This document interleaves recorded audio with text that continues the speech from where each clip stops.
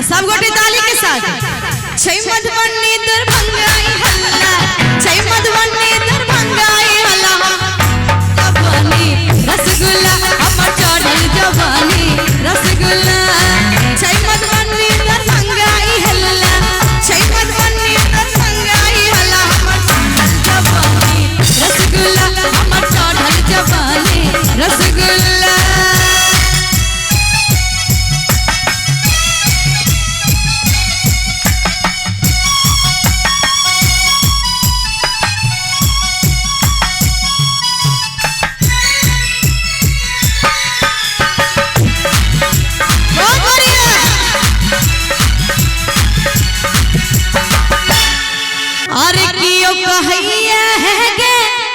गुजरिया चलने सुपौल बजरिया घुमा देबो अरे बुरबो कनखी मारा खुला एना ने सब गोटे ताली बजा के अखनी जे हुआ लगते गोरी तोरी चुनरी बा लाल लाल रे तो सब गोटे ठाड़ हो के डांस करबे ने लेकिन अपन मैथिली लोकगीत कोनो भोजपुरी से कम नहीं सब गोटे ताली बजा के बुरबो कनखी मारा खुला खुला बुरबो कनखी मारा खुला खुला हमर चढ़ल जवानी रसगुल्ला हमर चढ़ल जवानी रसगुल्ला बहुत बढ़िया ताली बजा के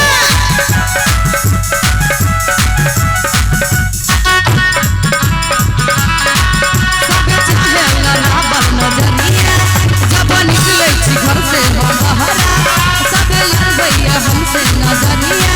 अच्छा ये हमरा तो ई हो तोर गाला रे गोर गाला रे अरे गोर गाला रे ताली बजा के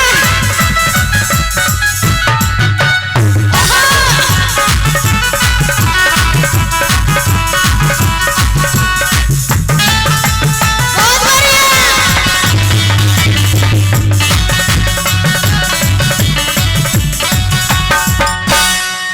अरे कियो कहिए है गे छमिया चल रे फूल परस नगरिया घुमा देबो कियो कहिए है गे छमिया चल रे निर्मली बजरिया घुमा देबो अरे सीता पैलेस के देखे मोट ताली बजा के सीता पैलेस के देखे मधुसल्ला सीता पैलेस के देखे मधुसल्ला हमर चढ़ल जवानी रसगुल्ला हमर चढ़ल जवानी रसगुल्ला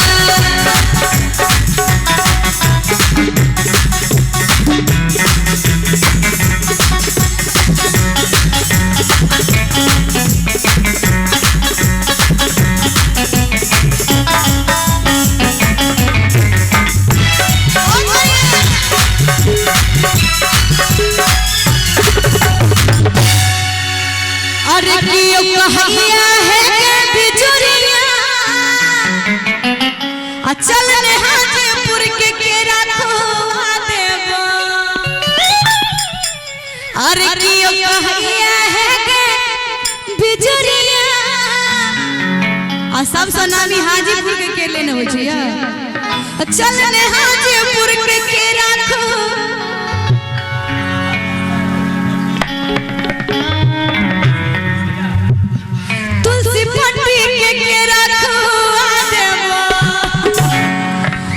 ताली बजा के कियो कहिया